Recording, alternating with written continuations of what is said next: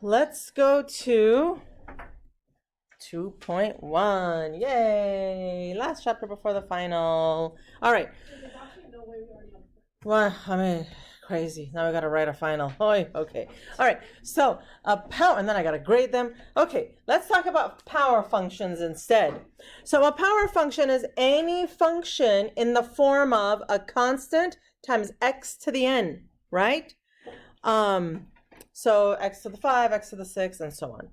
And remember, this we've seen a couple of times now. If n is even, so even exponent, x squared, x to the 4, x to the 6, the end behavior is that both ends either go to positive infinity or both ends go to negative infinity. So if a is positive, then both ends will go to positive infinity. And then for even n, if a is negative, then both ends go to negative infinity. So for these functions where you have an even exponent, the domain is all real numbers. The range will be either from 0 to infinity or negative infinity to 0. And then let's see, what else is more important here? These, right, are continuous from negative infinity to positive infinity. And then let's take a look at the symmetry, right? They're going to be symmetric around the y-axis because they are even functions. And then, increasing, decreasing, you can figure out. End behavior, we know. So what about when n is odd?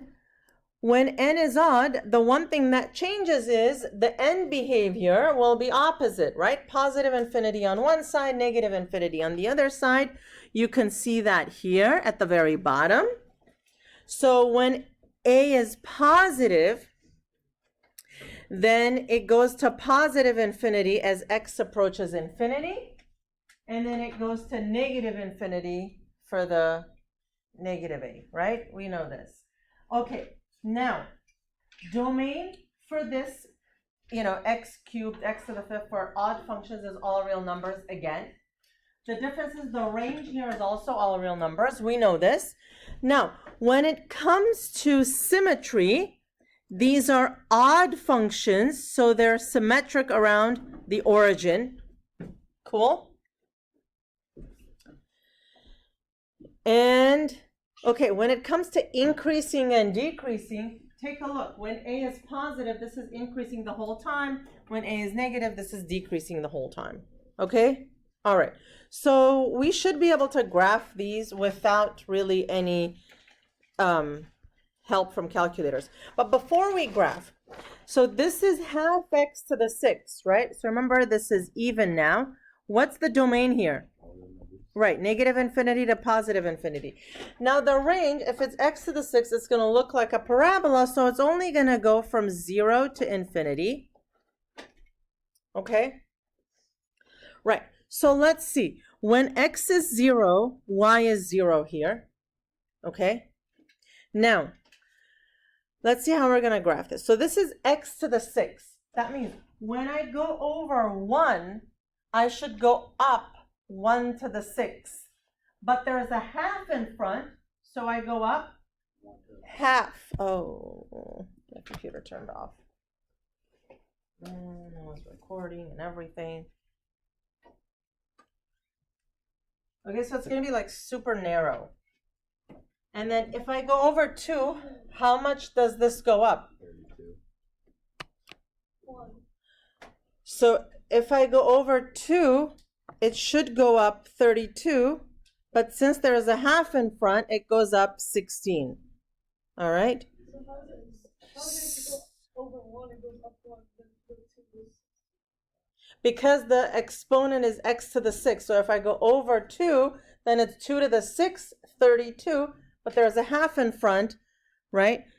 So it's half of that. So this is going to be like super, super narrow like this. Okay? So we can see the x-intercept is f of 0 equals 0. The y-intercept is also 0, 0. And then the end behavior, both ends go to positive infinity. This is continuous everywhere. It's increasing from 0 to infinity, decreasing from negative infinity to 0. Okay. Wait, what do you mean continues from negative? So it's continuous like over its entire domain, right? So the whole time that this function exists, it's continuous because these expand forever. I see. Like there's no. Yeah, there are no gaps or breaks or anything. Okay, so this next one, I have an odd exponent. The domain is still going to be negative infinity to positive infinity. The range for this is still going to be negative to positive infinity. Okay, let's jump down here and do end behavior. End behavior. As x approaches negative infinity, raise your hand if you think this goes to negative infinity. Raise your hand if you think this goes to positive infinity. Right, so it's going to go to positive infinity. Okay, so let's see why. So at 0, this is 0. Now, when I go over 1, right, vertically it goes 1 to the 5th, which is 1, but does it go up or down? Down because there is a negative. Now, This would be odd and negative. When I go over 2, how much should it go down? 2 to the 5th, 32. Right? Okay, so again, super narrow, so it's going to be like this. Okay, so this is going to be negative infinity. And then we can fill out the rest, right? So 0, 0 for both of these. I want to get you guys used to both notations, right? Just coordinate notation and function notation for those. So it's continuous everywhere. Negative infinity to infinity. Where is this increasing? Doesn't. So none. Where is it decreasing? Correct. Okay. Yeah. For A, for the increasing and decreasing, I didn't get like, so it's increasing from 0 to 50, but it's not really like decreasing anywhere. Well, here, because we always read the graph left to right, it's decreasing from left to right. Yeah, and then it's increasing here. Okay, so, okay, this one. This is 2x to the negative 2. If we rewrite this, this is 2 over x squared. Okay? Now, what does this tell us? So when I have 2 over x squared, x cannot be 0, right? That means there is a vertical asymptote at x equals 0. Now, okay, when x is positive, is the whole value positive or negative? Positive, right? So now let's think about this. When x is negative, it gets squared, so the whole thing is still positive, right? So no matter what x value you have, y value is always positive. Are there any x values you can put in to make this entire thing negative? No. Are there any x values you can put in to make this whole thing 0? No. So there is also, y can never be 0. That means there is also a horizontal asymptote at y equals 0. So before I even graph, I can figure out the domain, right? The domain is negative infinity to 0 and 0 to positive infinity. And we just said the range were the y values. We just said the y value is never going to be negative. The y value is never going to be 0, but it's always going to be positive. So the range then will start at 0 and go up to positive infinity. Okay? All this before we even attempt to graph this. Okay, now this chapter is dedicated to graphing all sorts of functions. By the time this chapter is over, in 2.6, 2.7, we're going to learn all about rational functions, and we're going to learn how to graph this, right? So there is now a horizontal asymptote and a vertical asymptote right there. So why don't we make a little table of values here? When x is 1, y is 2 over 1, 2. When x is negative 1, y is still 2.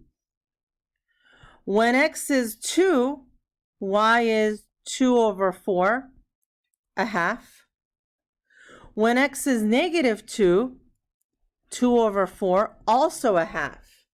So at the 2's, this is a half.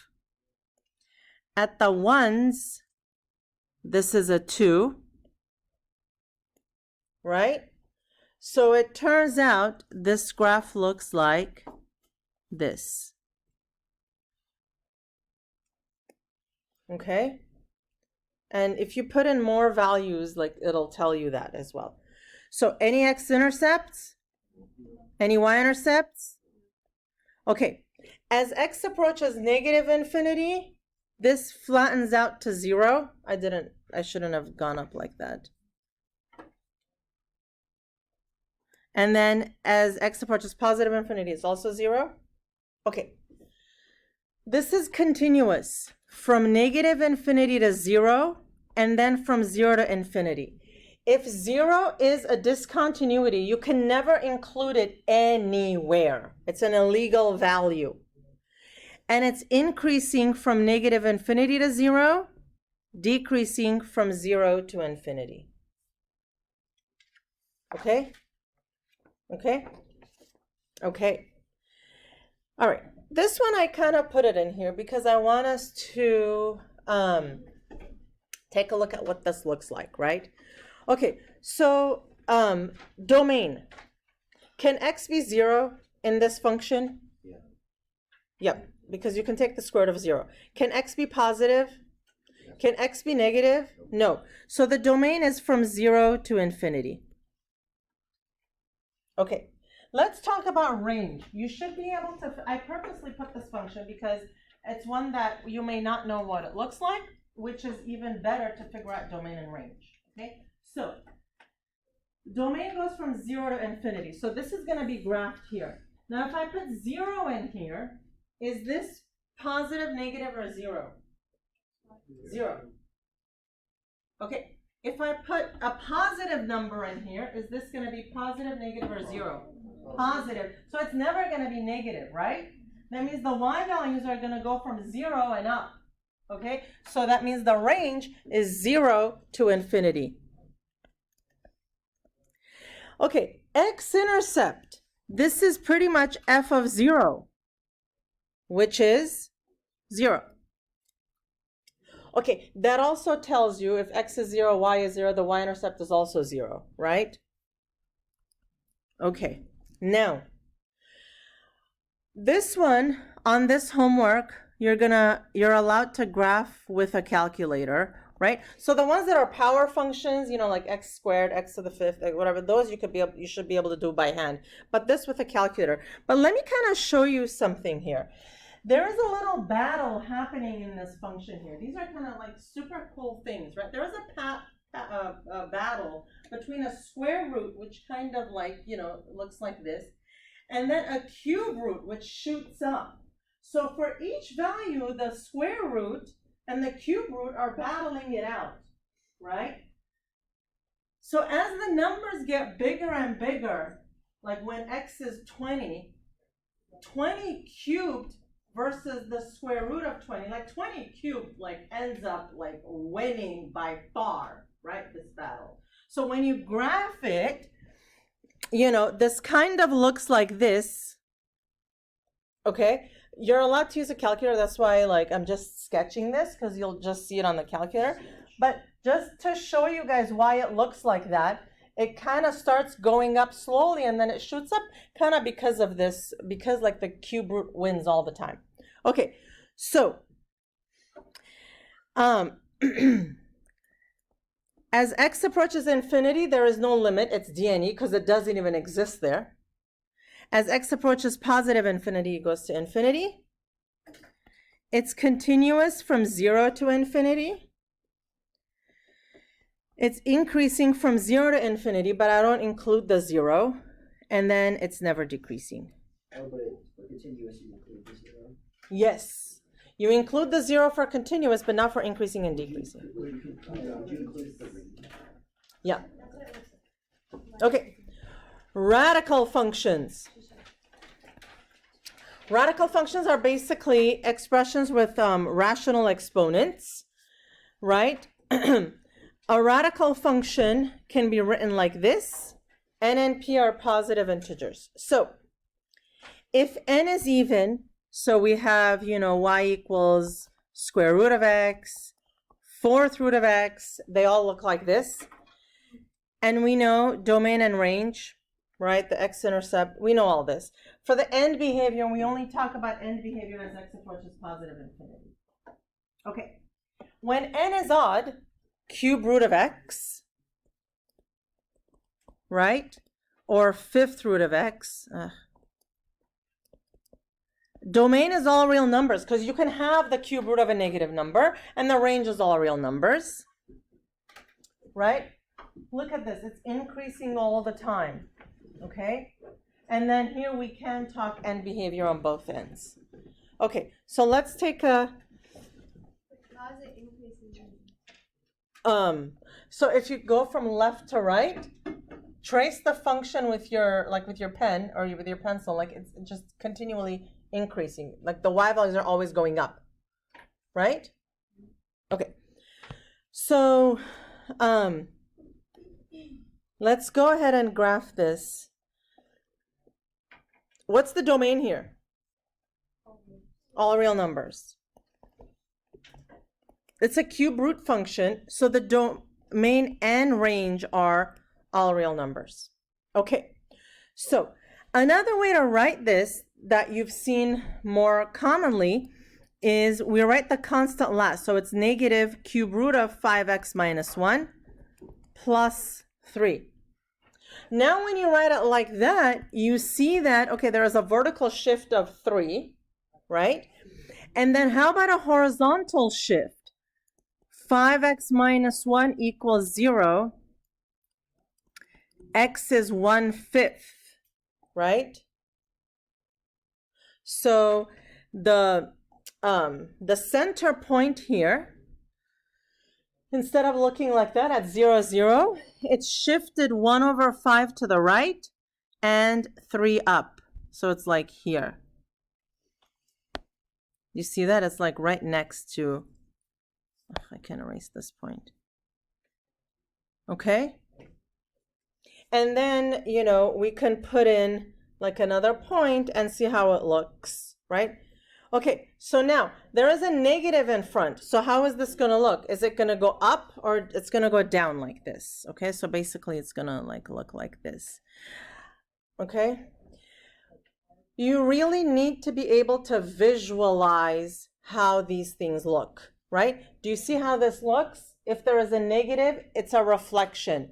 So you need to be able to visualize. It's no longer about exact points. You can always figure out exact points by plugging in a value or something, right? But you need to be able to visualize. Like, again, back to the billboard. If you saw this on a billboard, you should be able to visualize that this is one that kind of looks like this, okay?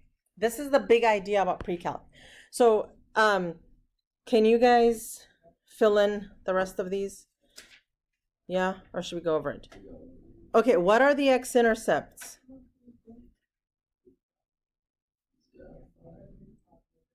So how would we find the x-intercept? You can set this equal to 0 and solve, but also you can use your calculator for the time being. In this chapter, we're going to do all of this stuff. We're going to solve radical functions and everything. Actually, we're going to solve ones like this later on in this lesson today. Okay, so on the quiz, it's always either I give you the graph if there is no calculator, or I'll give you functions that you should be able to graph by hand. Okay? Would we be able to do this by hand, by the? By then, you will, yeah. Okay, so as x approaches negative infinity, this goes to positive infinity and then negative infinity. Where is this continuous? Everywhere. Is it increasing or decreasing everywhere? Decreasing everywhere. Yeah, last night I was formatting this and like I changed some things around from like previous years and there wasn't enough room here. So I just, yeah, there wasn't enough room to do increasing and decreasing, so I just did it that way. Okay. All right. So this one, I kind of want to come back to it and do the x-intercept, but let's talk about how to solve radical functions. You guys remember this? Oh, man, okay. All right, okay. I'll talk about that later. Okay. So solving radical functions. Isolate the radical expression. You should preferably have only one radical on each side of the equation. Raise each side of the equation to the power equal to the index and then solve. Okay, you have to check for extraneous solutions. So let's take a look at this here. Why don't we move the 3 to the other side? So I get 2x plus 3 is equal to the square root of 28x plus 29. Now, square both sides.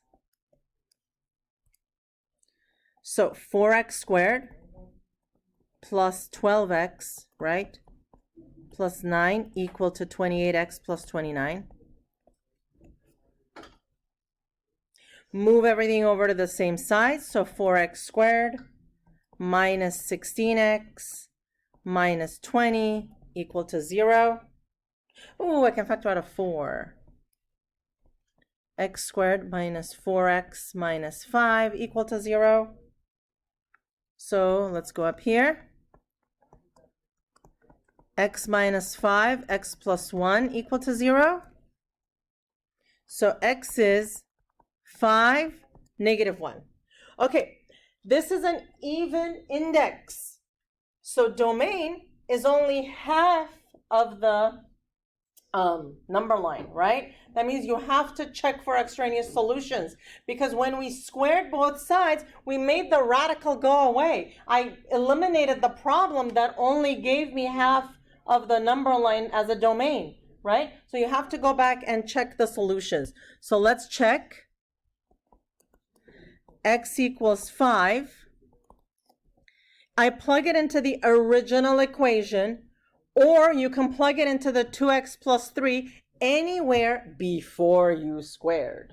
Okay? All right. So I'm going to plug it into the original one. So 2 times 5, is this equal to the square root of 28 times 5 plus 29 minus 3? Okay, so guess what it is? Okay? Yeah. Huh? Yeah. What, 4? Oh, so the 4 you can divide both sides and it goes away. Oh. Yeah. So then x equals negative 1. Okay, that also works. Do we get a calculator for this? Huh? Do we get a calculator for checking? I mean, look, if there is a non-calculator test, all of them will be stuff that you should be able to do without a calculator, right? But like, for example, look, like the negative 1, right? We get negative 2 here. And then negative 28 plus 29 minus 3. So negative 2 equals 1. Just 1 minus 3, yeah. Oh, 1 minus 3, sorry. Yeah, so it does work, right? So both of these are solutions. Okay, here. Let's subtract 8. So I get 4 equals cube root of x minus 2 squared. Square both sides. Oh, cube both sides. 64. Correct. Equals x minus 2 squared. Oh, now I have a square. I got to take a square root of both sides. So x minus 2 equals plus or minus 8. So x equals 10 or so. Correct. 10 or Negative 6. Now, what kind of index did this have? Odd or even? Odd. What is the domain for odd index? All real numbers. Do I need to check for extraneous solutions here? No. Okay? All right. This one, I have the 1 here. Do I move it? Do I not move it? Basically, make it so that you have one radical on each side, and then the constant can be wherever. It really doesn't make a difference, right? So now we are still going to square both sides. So I get x plus 1 equal to. Square this. So I square the first one, I get 1. In the middle, I get positive 2 times the square root of 2x minus 12. And then the last term is plus 2x minus 12. Okay, let's see that again. Right, is everybody okay with this? I square the first term. Oh, come on. I square the first term, I get 1. Square the last term, you get this. In the middle, you should get 2 times the root times the 1. Okay, so now let's clean this up a little bit.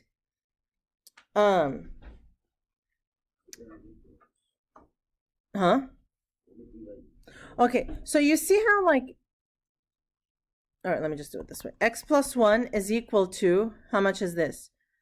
2x minus 11 plus this.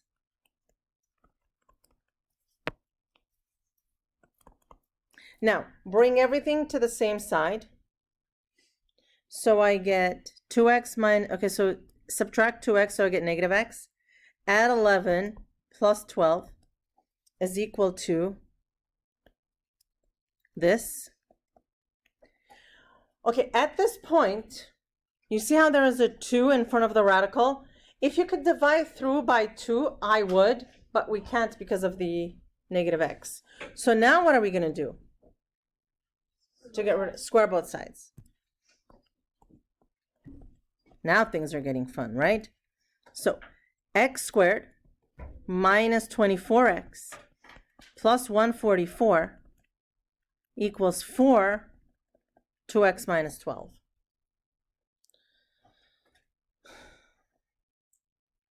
Okay? Distribute. So we get 8x minus 48. Bring everything to the same side.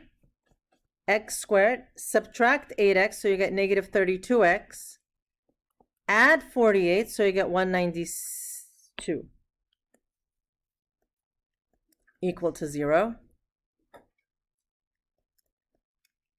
Okay. Now we have to factor this. Okay? We can factor this though.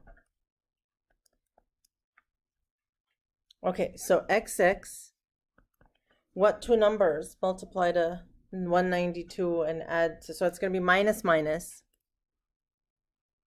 Okay, so it's 24 and 8. Okay, so x is 24, x is 8. Whew. Okay, do we have to check for extraneous solutions for this one? Yeah. Yes. Huh?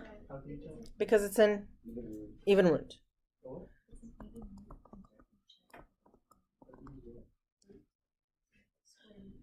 So for the 24, I'm going to plug it in here. I'm going to get root 25. Does this equal to 1 plus the square root of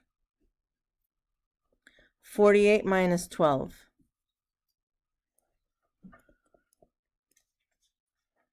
So this is 5.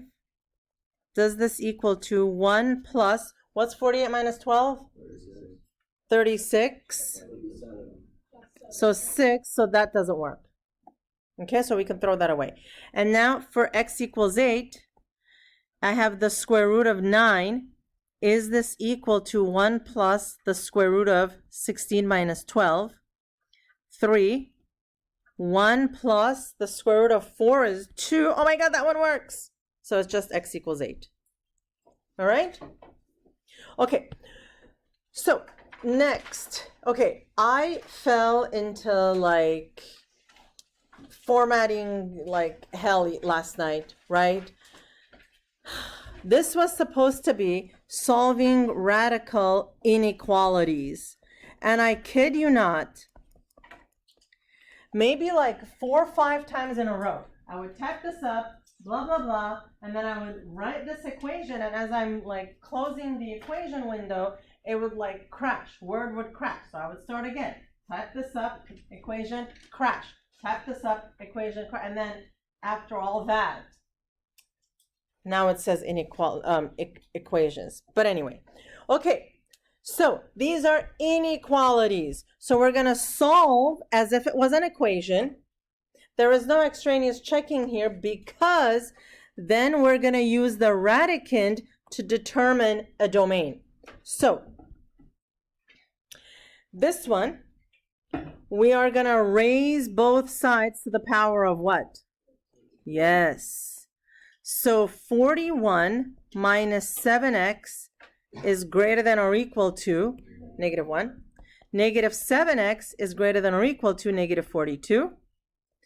X is less than or equal to 6. Is that right? Yeah. Now, let's use the radicand. This is an odd root. So what's the domain? All real numbers.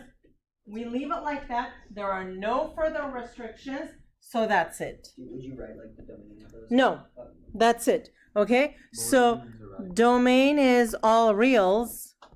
So no further restrictions. Here's what I mean, Tahar. Let's do the next one and I'll tell you. So take a look at this one. What are we going to do? Square both sides. So 6 plus 3x is greater than or equal to 81. 3x is greater than or equal to 75. X is greater than or equal to 25. Now, this is an even root. That means the radicand, the stuff inside the radical, must be greater than or equal to 0. So, for the domain, I take the radicand, the stuff inside the radical, and I say this must be greater than or equal to 0. So 3x is greater than or equal to negative 6. X is greater than or equal to negative 2. So sometimes you can just see it and you can write the equation. Sometimes we have to graph this on a number line to get a visual representation, right?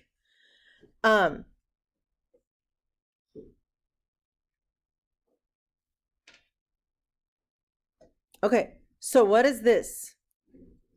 Negative 2 and 25, right? So this is saying x has to be greater than or equal to 2. And this is saying x has to be greater than or equal to 25. You take the area where both of them overlap. So it's x is greater than or equal to 25. Oh, they both overlap now. Correct, after 25. Okay, so now suppose this said, you know, less than or equal to 25, then it would have just been negative 2 to 25. What if they go like opposite? Then there wouldn't be a solution. Okay, however, hang on, sorry. Oh my God, I started feeling so hungry all of a sudden. I reverted back to algebra 2. X is greater than or equal to 25, but we write it as 25 comma infinity. Okay?